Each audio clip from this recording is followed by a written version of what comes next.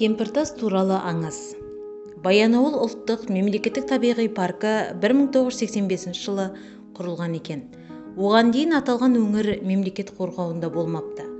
Сол уақыт кезеңінде кешегі тың игерушілер фотода көрініп тұрғандай Кемпіртастың тілін жұлып алған екен.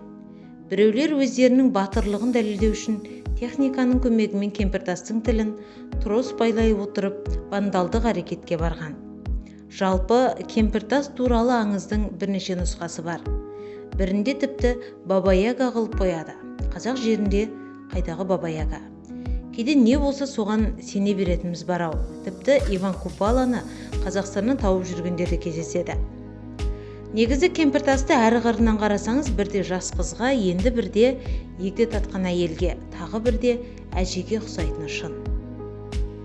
Бірақ аңыздардың ішінде Кемпіртас туралы мына аңыз өзіме ұнады. Кірпігіңде тұрса дәлі жас байланып, дінің қатты екенін растайды анық. Көкжиектен бір сәтте көз аудармай, әй кейуана, кеттің-ау тасқа айналып.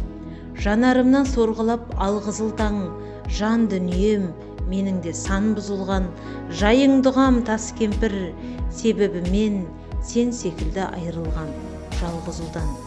Жау жоқ бірақ көксемсер, сермесердей, тек уақыт тұр төбемнен төнген селдей. Кемпіртас-ау қайғыңды бөлісуге, тасқа айналып кетейін мен де сендей деп.